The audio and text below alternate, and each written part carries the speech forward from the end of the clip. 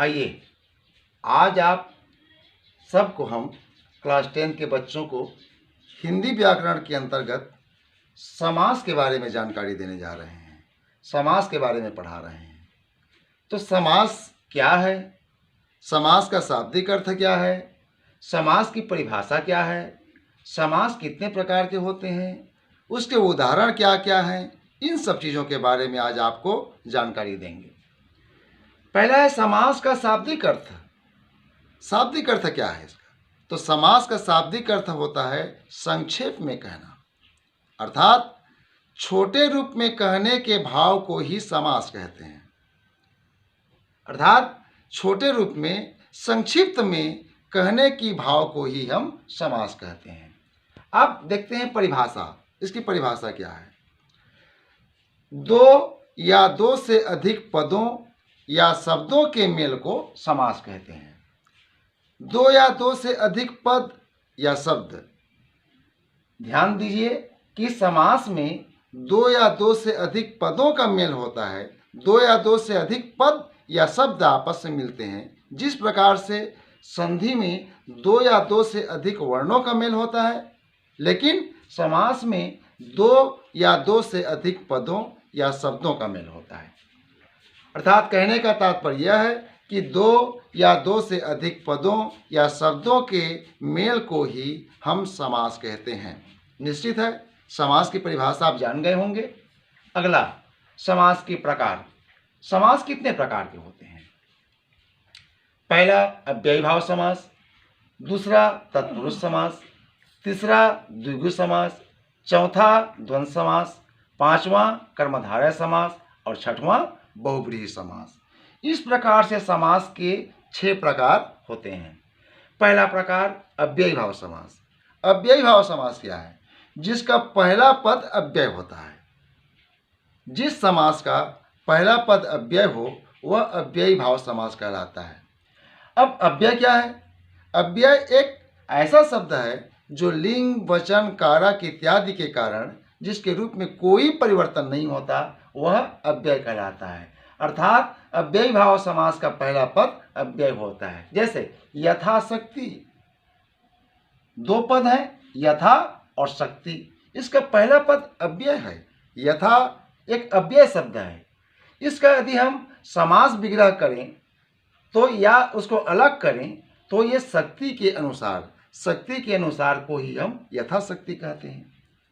उसी प्रकार यथासंभव, संभव के अनुसार, प्रतिदिन, ऐसे बहुत सारे शब्द हैं जिसे हम अव्ययीभाव समास के अंतर्गत जानते हैं। कहने का भाव यह है कि इसका पहला पद अव्यय हो वह अव्ययीभाव समास कहलाता है। दूसरा तत्पुरुष समास। तत्पुरुष समास किसे कहते हैं? जिसका दूसरा पद प्रधान होता है। जिस समास का दूसरा पद प्रधान हो वह तत्पुरुष समास कहलाता है। इसके पहचान भी है कि इसमें पहला पद दूसरे पद के अर्थ को निश्चित करता है।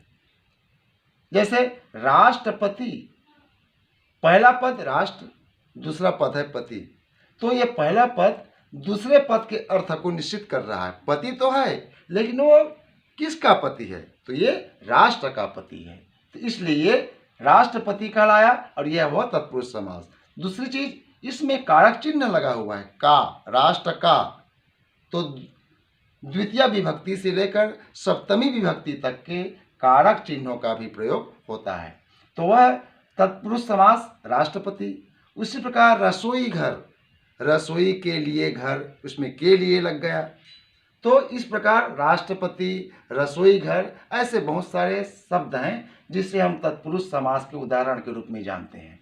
निश्चित है आप जान गए होंगे तत्पुरुष समास मतलब जिसका दूसरा पद प्रधान होता है वह तत्पुरुष समास कहलाता है। अगला द्विगु समास, जिसके नाम से स्पष्ट है द्वि यानी संख्या, नंबर, तो जिसका पहला पद संख्यावाचक हो। जिस समास का पहला पद संख्यावाचक हो वह द्विगु समास कहलाता है। जैसे पंचवटी, पंच एक नंबर है, एक संख्या है, पंच यानी 5, 5 एक संख्या है, तो पंचवटी, इसका यदि हम समास विग्रह करते हैं तो 5 वटों का समूह, जहाँ 5 वटों का समूह हो वह पंचवटी कहलाता है। उसी प्रकार ये चौराहा, ये हुआ चौराहा, 4 राहों का समूह। ये चौराहा 4 राहों का समूह, वह भी एक द्विगु समास का उदाहरण है। चौ यानी 4। उसी प्रकार चौथा नंबर है द्वंद्व समास। द्वंद्व समास क्या है? द्वंद्व समास में दोनों पद प्रधान होते हैं।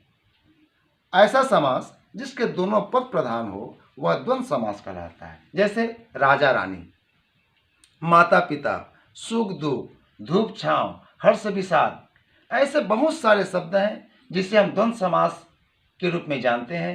राजा रानी, यदि हम इसका समास बिगड़ा करते हैं, राजा और रानी, माता और पिता, सुख और दुख, धूप और छांव, ऐसे बहुत सारे शब्द हैं जिसे हम द्वंद्व समास के अंतर्गत जानते हैं। अगला है कर्मधारय समास। कर्मधारय समास की विशेषता यह है कि यह कर्मधारय समास हम उसे कहते हैं जो किसी को किसी से तुलना की जाती है, वह विशेषण होता है। जैसे चंद्रमुख, चंद्रमा के समान मुख, अर्थात मुख को चंद्रमा से तुलना किया गया है, इसलिए यह चंद्रमुख कहलाया और वह एक कर्मधारय समास का उदाहरण है। आखिरी है हमारा बहुव्रीहि समास।